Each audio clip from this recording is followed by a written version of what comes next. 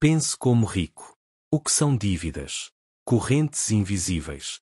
Vivemos em uma sociedade onde as dívidas se tornaram quase naturais. Para muitas pessoas, é normal recorrer ao cartão de crédito, fazer um financiamento ou pedir um empréstimo pessoal.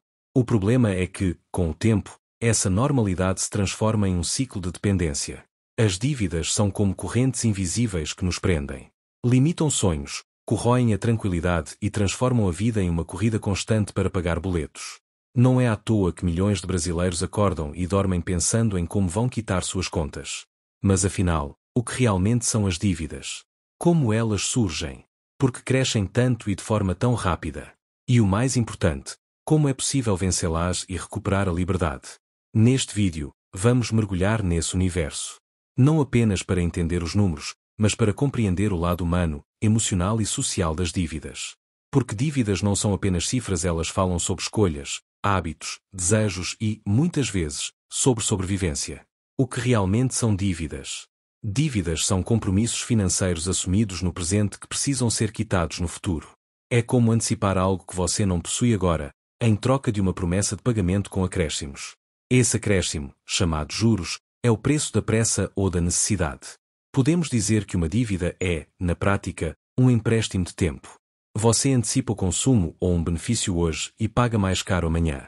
As dívidas não são todas iguais. Existem dívidas conscientes feitas com planejamento, como financiar uma casa, estudar ou empreender, e dívidas inconscientes, fruto de impulsos, desejos ou falta de controle, como compras desnecessárias no cartão de crédito. O problema maior não é contrair dívidas, mas quando elas deixam de ser ferramentas e se transformam em armadilhas. Quando você perde controle, a dívida deixa de ser um recurso e passa a ser uma prisão. As raízes das dívidas, onde tudo começa. Nenhuma dívida nasce por acaso. Assim como uma árvore cresce a partir de suas raízes, as dívidas também têm origens profundas.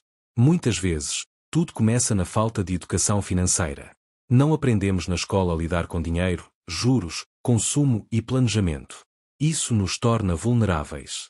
Outro fator é a cultura do consumo imediato. A sociedade nos empurra para acreditar que precisamos de tudo para ontem. O celular novo, a roupa da moda, a viagem parcelada em 12 vezes sem pensar no impacto futuro.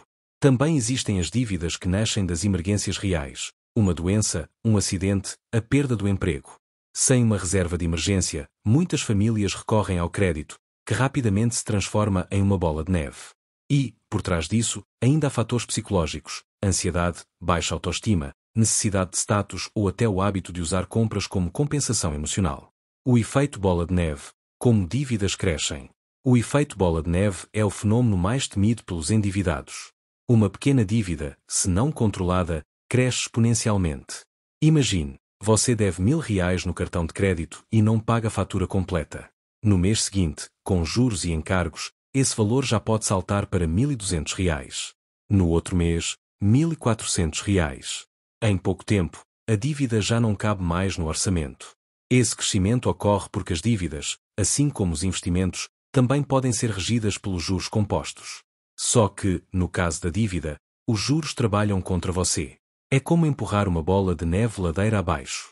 Ela começa pequena, mas quanto mais rola, mais cresce, até se tornar incontrolável. Muitos se veem presos nessa armadilha, pagam o mínimo da fatura, acreditando estar resolvendo o problema, mas apenas prolongam o sofrimento. O resultado é uma sensação de correr sem sair do lugar. O impacto das dívidas na vida pessoal. As dívidas não afetam apenas o bolso. Elas corroem a mente, as relações e até a saúde.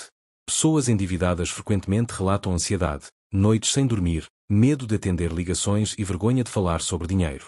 Estudos mostram que o endividamento está diretamente ligado ao aumento de casos de depressão e estresse crônico. No campo social, as dívidas geram conflitos familiares, afastam amigos e alimentam sentimentos de impotência. O endividado sente que perdeu o controle da própria vida. E não podemos ignorar o impacto na autoestima. Muitos carregam culpa, vergonha e até identidade ligada às dívidas, como se fossem definidos por elas. Na prática, a dívida não é só financeira, é também emocional. Ela pesa como uma prisão invisível, roubando a energia que poderia ser usada para crescer, sonhar e conquistar. Estratégias para sair das dívidas. Sair das dívidas é possível, mas exige clareza, disciplina e persistência. O primeiro passo é enfrentar a realidade, listar todas as dívidas, valores, prazos e juros. Muitos fogem dessa etapa por medo, mas sem esse diagnóstico não há como traçar um plano. O segundo passo é priorizar. Existem métodos diferentes. Avalanche. Pagar primeiro as dívidas mais caras, de juros mais altos. Bola de neve. Pagar as menores primeiro para ganhar motivação e avançar. Ambos funcionam, desde que haja constância. Também é importante renegociar. Bancos e credores preferem receber em parcelas do que perder o valor total. Muitas vezes, bons descontos aparecem para quem procura negociar. Por fim, é preciso mudar hábitos. Não adianta pagar dívidas se os mesmos comportamentos continuam gerando novas. Educação financeira, reserva de emergência e consumo consciente são o tripé da saída definitiva. Dívidas boas x dívidas ruins. Nem toda dívida é ruim. Existem as chamadas dívidas boas, que financiam algo que traz retorno ou valorização, como educação, casa própria ou um negócio rentável. Essas podem ser consideradas investimentos. Já as dívidas ruins são aquelas contraídas para sustentar consumo imediato, coisas que perdem valor rapidamente e não geram retorno, como roupas em excesso, lazer sem planejamento ou eletrónicos comprados no impulso. A diferença está no propósito. A dívida boa é uma alavanca para o futuro, a ruim é uma âncora que prende ao presente. Quem entende essa diferença começa a usar o crédito de forma estratégica, e não como uma armadilha. Liberdade financeira, o fim da escravidão das dívidas. O objetivo não é apenas quitar dívidas, mas conquistar a liberdade financeira. Isso significa viver com equilíbrio, ter controle do dinheiro e não depender de crédito para sobreviver. Liberdade financeira é a capacidade de escolher. Escolher trabalhar por propósito e não por obrigação. Escolher viajar, estudar, descansar ou empreender sem medo das contas. Chegar lá exige 3 pilares: quitar dívidas, construir reservas e investir no futuro. É um caminho de disciplina, mas também de libertação. As dívidas são correntes invisíveis. Mas quando aprendemos a quebrá-las, descobrimos que o dinheiro pode ser ferramenta de liberdade, e não de prisão. As dívidas fazem parte da vida moderna, mas não precisam definir a vida de ninguém. Elas nascem de escolhas, hábitos e imprevistos, mas podem ser eliminadas com consciência e estratégia. O desafio não é apenas sair do vermelho, mas mudar a forma de enxergar o dinheiro. De vilão a aliado.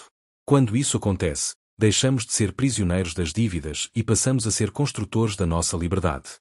Gostou? Curte. Compartilhe. Siga nosso canal.